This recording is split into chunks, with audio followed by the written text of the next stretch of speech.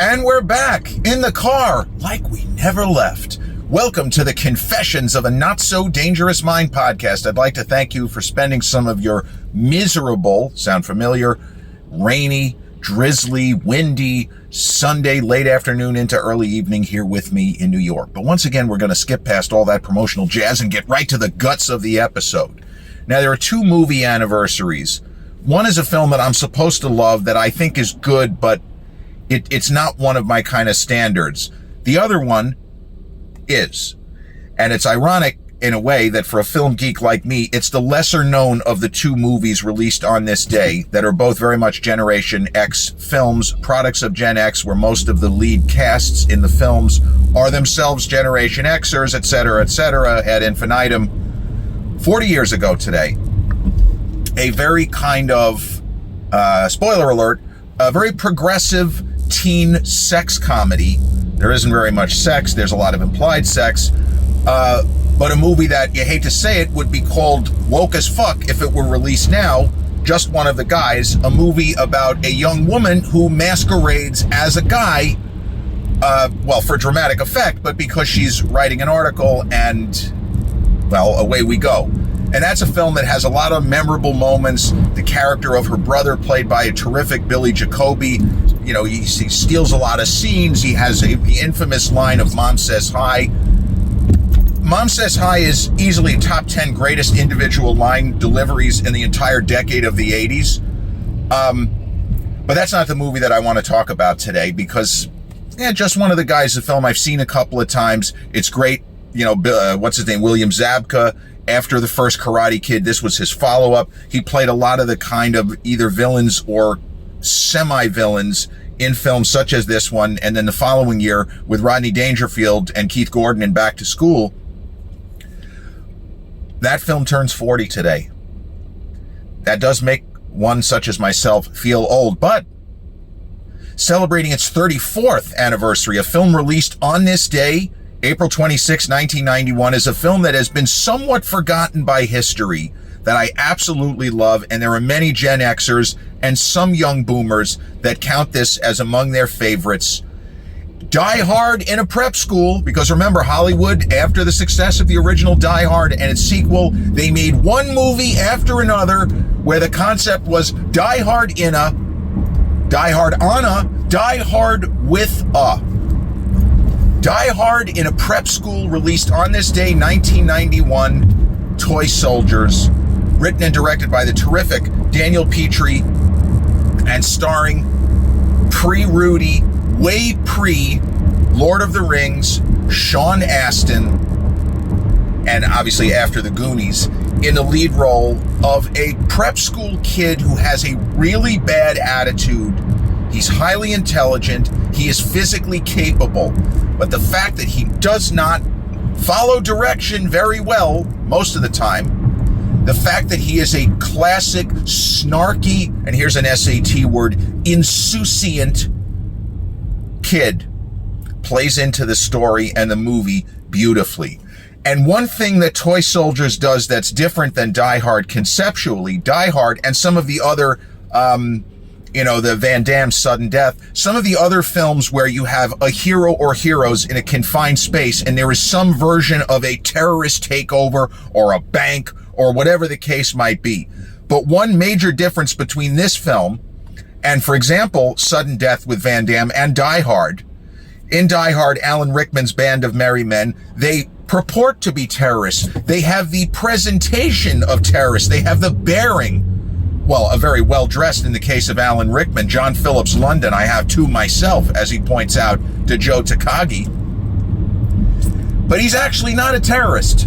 They're not terrorists in the world of Die Hard. And a Powers Booth character, boy, I'd love to see a movie would cross the space-time continuum and have Powers Booth from Sudden Death and Alan Rickman from Die Hard somehow team up in a buddy film. But the Powers Booth character in Sudden Death appears to also be a terrorist, but he's not. He is simply a thief. Sound familiar? Well, one of the things that Toy Soldiers does differently is the Andrew Divoff character. Andrew Divoff played villains in a lot of movies in this era. He was a Wishmaster. He kind of played the human representation of Wishmaster in that film, and even gets to put one over in that movie on Candyman himself, the late great Tony Todd. But the funny part, it's not really funny in the world of the film, and it certainly wasn't funny to audiences seeing Toy Soldiers in its opening weekend. But what's funny about this movie, looking at it from a 2025 prism, is the fact that Andrew Divoff's character, he actually is a terrorist. Or he would see himself as not a terrorist. He would see himself as a freedom fighter. But he actually has a cause. This is not the Volksfrei movement of Hans Gruber and the Asian Dawn movement. I want my brothers in the Asian Dawn movement and all of this nonsense where, acting as a cover.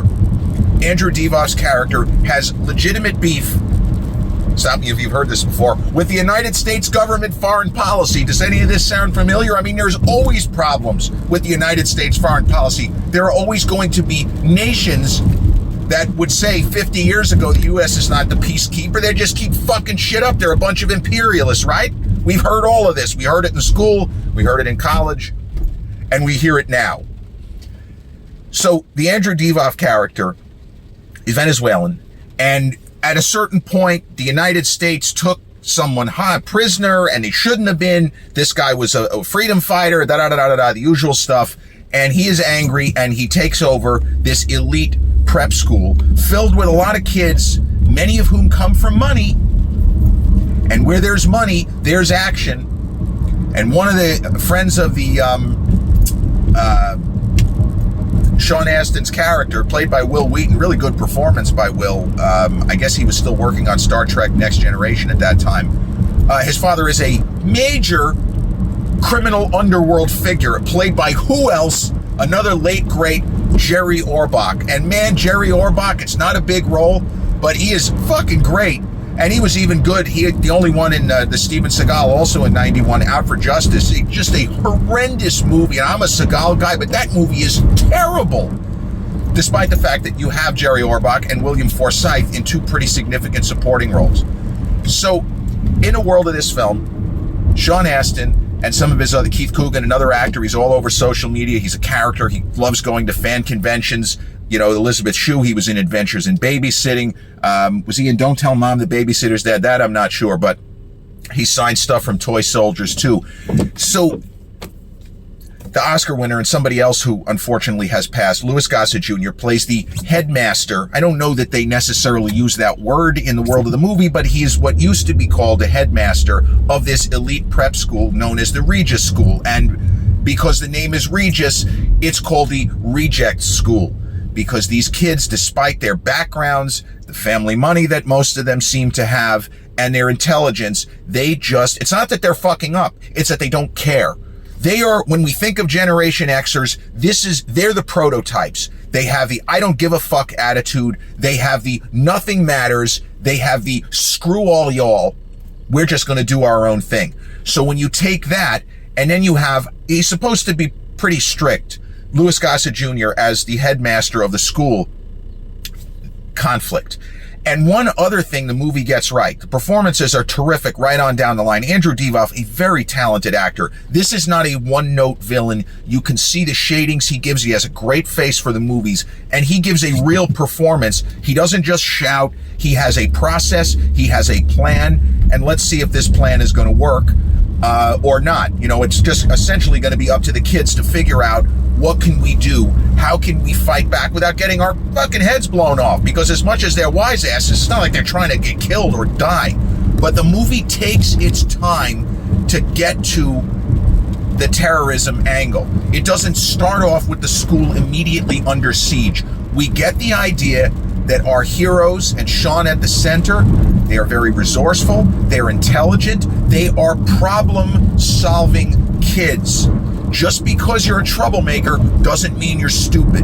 And there was something, and this was in a lot of movies in the 80s, and now this film is in the 90s, where if a kid is a troublemaker, it means he doesn't give a shit about anything.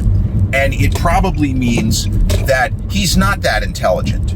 He's not a high IQ fuck up. He's just a fuck up. He doesn't care.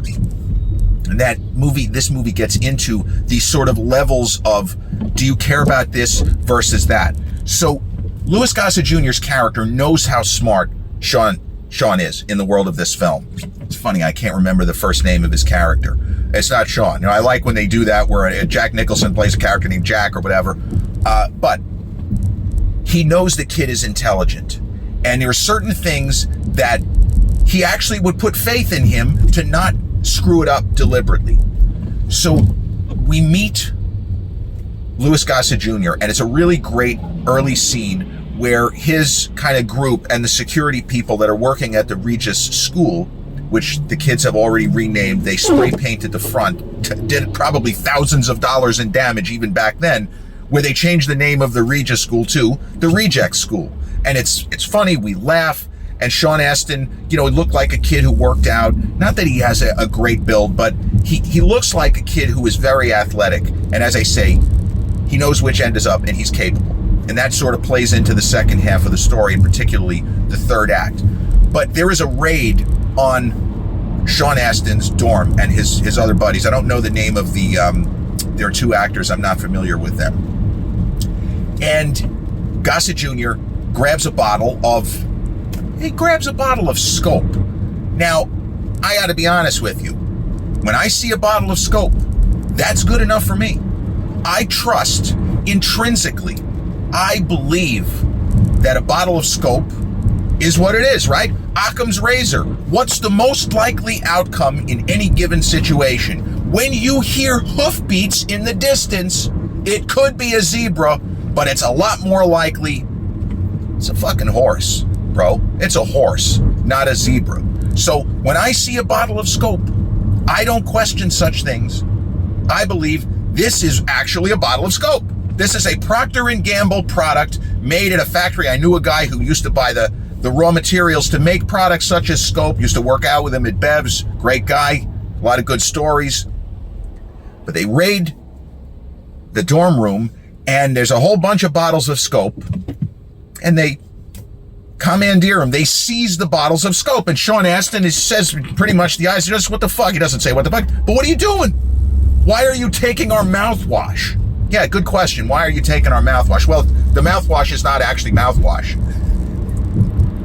The kids used peppermint schnapps and a couple of other additives, and, you know, there's a lot of talk about red dye number 2 and yellow dye number 5. They used food coloring, spoiler alert, they used food coloring to make the peppermint schnapps and whatever other stuff they put in there with this concoction. It almost looks like Romulan ale a little bit, now that I'm thinking about it. Not quite as blue as Romulan ale, but they created a very toxic, so to speak, alcoholic beverage. And they put them in Scope bottles so that the headmaster wouldn't find out. So the scene plays for comedy, even though Louis Gossett Jr.'s character is not a figure of fun. He is not set up as an antagonistic force, but he's not the antagonist. And somebody dropping into this movie who knows nothing about the story, you just happen to have it on, you see the title is Toy Soldiers, but that doesn't really mean anything out of context. Is it going to be a movie like Taps with, you know, Tim Hutton and a very young Tom Cruise? George C. Scott is going to be that kind of movie, or is it going to be something else entirely? Because the title Toy Soldiers is pretty vague. We see Louis Gossett Jr. figure out what's going on, so we know that he is smart. He is wise to the ways of these very intelligent kids. And so when they continue to screw things up and mess around, and there's another iconic moment that did not catch on. It's an Alec Baldwin moment from a year and a half later. Put that coffee down. There's a moment where the kids have played another prank, and Gossett Jr. he is at the end of his rope. He is ready to rip shit up. He wants to go full officer and a gentleman, and I'm going to kick Richard Gere in the balls so he can, you know, so I can win the fight. He is ready to go to that level with these kids, especially Sean. And Sean Astin, they pull this prank, and they got this big, it almost looks like a printer outside. And Sean Astin is trying to throw out a banana peel, and he misses. And Louis Gossett Jr., with thinly veiled hate and bubbling over with rage, he goes one syllable at a time. Pick up that banana And he says it in such a way that, I wish he had gotten an Oscar nomination just for the way he says, pick up that banana. But right after that, we have the terrorist takeover. And the film is interesting in that there's like a version of this in which Gossett Jr.'s character gets trapped behind the lines with the kids, but he doesn't. So he's outside when the good guys get there. And this is not, and here's a mild spoiler from Sudden Death, this is not one of those movies where somehow FBI, CIA, alphabet soup, one of them is somehow working with the terrorists. This is not that movie, because Sudden Death plays one of those angles. But Louis Gossett Jr.'s character not being inside is critical to the story they're trying to tell here. And I feel like it was an interesting choice that if you had asked me, I would have assumed that he would have been behind he would have been behind the walls when the place got raided by these terrorists. So there's a really great moment. And Gossett Jr. doesn't have to do that much heavy lifting. Pick Up That Banana is really his home run, iconic moment in that film. I mean, I know there are multiple members of my family. That's one of their favorite moments in any movie. They could just keep rewatching it in an endless loop and giggling away. But there is a moment, the FBI has gotten to the scene. They're trying to figure out the same sort of stuff that you go through in Passenger 57 with Wesley, Executive Decision with Kurt Russell, John Leguizamo, Steven Seagal, Cliffhanger with Stallone, Die Hard, Die Hard 2, Die Hard 3, and some of the other movies of that genre. Sudden Death, as I talked about. They go through the same mental meat grinder and the same permutations. How can we stop these terrorists without taking multiple casualties? We can't have these kids dying. We have to do something. So Gossett Jr., on his end, he comes up with a strategy. The strategy relies on being able to get messages. Remember, this is the pre-cell phone era. There's no texting. There is no internet in the world of this film. There is no stolen messages. But if they can somehow get a message using Morse code, very clever, old school shit, right? We have to get the kids this message. And one of the FBI guys says something to Lewis's character to the effect of, "You've been telling us for the last how many hours these kids are fuck-ups. These kids don't care about anything. They don't react well to authority figures telling them what to do." And Gossett Jr., it's probably his best moment in the movie as far as acting. He does something with his face as if he hadn't thought of it this way. And he goes, "Not for something like this." And he says it in such a way that we understand. Yes, if it's a question of school and doing their homework and keeping their rooms tidy and not swapping out scope for peppermint schnapps so they can get drunk on Friday night when they got some time off, I don't trust them as far as that. But for this, I trust them implicitly. They don't want to die in there, and we don't want them to die. 100%. We can trust this kid. If we have a plan and we get it to him, he will execute. I believe that. And it's really great moment. The only real heavy lifting that Gossett Jr. gets to do in the entire film. And then, as bonkers as it seems, Sean Astin, he's 19 or 20 when this film was shot. I think he was still in his teens when the movie was shot. He gets to exercise his inner John Rambo, John McClane. He actually has moments where he's doing action hero shit within the context of this film. And it's brilliant. It works perfectly. Now, a personal story. The way that my memory works, there are certain random things that are not very important historically. It doesn't none of this defined my life or anything like that. But there are things that I remember, and and for those of you who followed my channel for a while, there are films a lot more famous than Toy Soldiers, movies that I was offered opportunities to see in theaters. Now, I did see a lot of big hitters in theaters. This is true. I saw Terminator 2 opening day. I saw Superman 1978 opening weekend. So yeah, there are some brand name all-time classic movies which I did get in on the ground floor, but just as many. I had 2 chances to see Goodfellas in October of 1990, punted. I had 2 chances to see Home Alone in December of 1990. I don't want to go. So on April 26th, with what I assume is April 26th, I wasn't driving yet. I was 17, and I was on a bus. I was still on a fucking school bus. Excuse my French. I was on a school bus.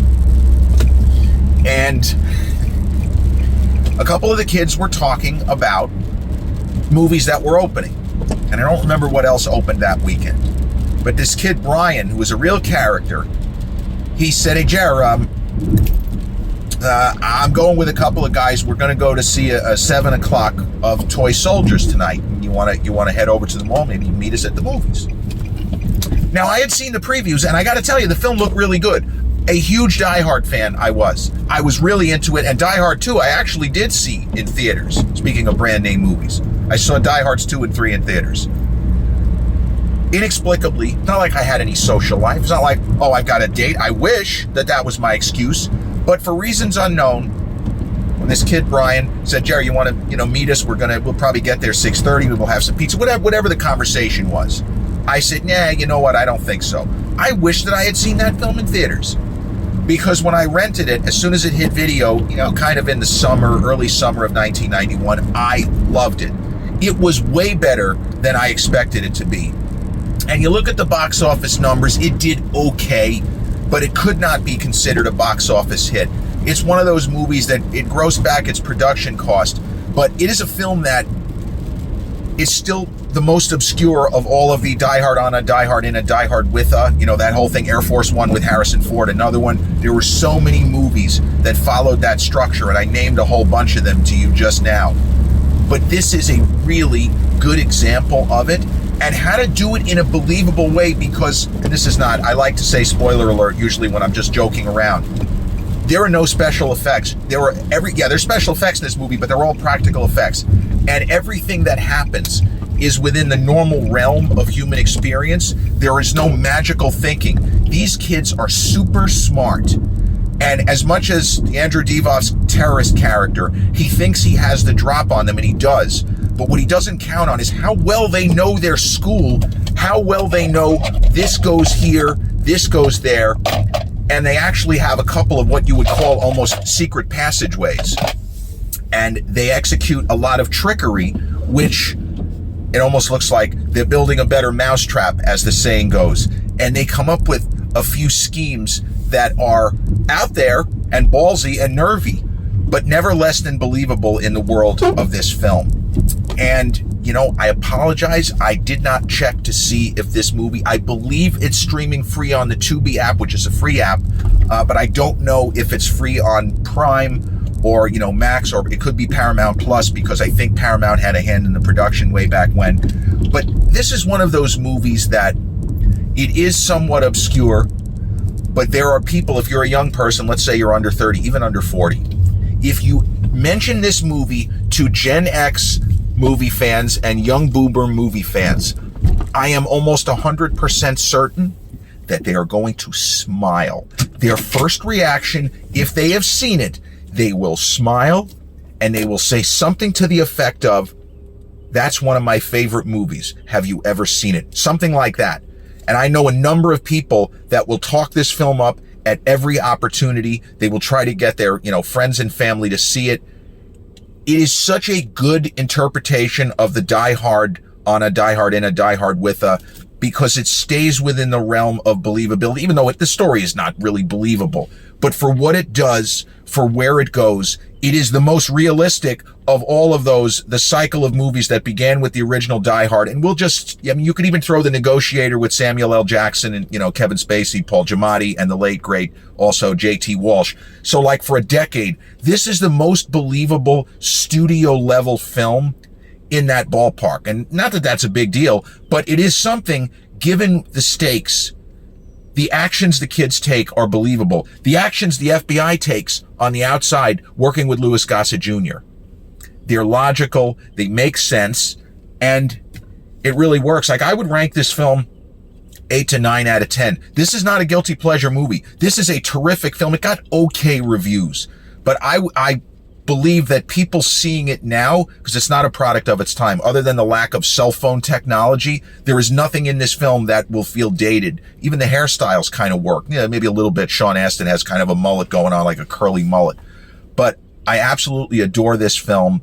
I wish I had seen it in theaters. I'm sorry I didn't, but it is one of those that even if you know the twists and how it all turns out, it has a higher rewatchability factor than you would think. Toy Soldiers, released on this day, 1991, starring Sean Astin, Louis Gossett Jr., Will Wheaton, Keith Coogan, and a really strong Andrew Divoff. This has been episode 499. We're getting close to the A-Rod 500 home runs, you're not in the Hall of Fame level, but 499 of the Confessions of a Not So Dangerous Mind podcast. I'd like to thank you all so much for spending some of your early Saturday evening here with me in New York. If you check out this episode on the YouTube channel, haven't done so already, please click like, subscribe, comment, share, turn on those notifications. Or if you catch this episode on the audio platforms such as Podbean, Spotify, iTunes, or the others in which we're hosted, same general rule applies. Click like, subscribe, share, and turn on those notifications. I'll be back with a new episode real soon. Till then, peace.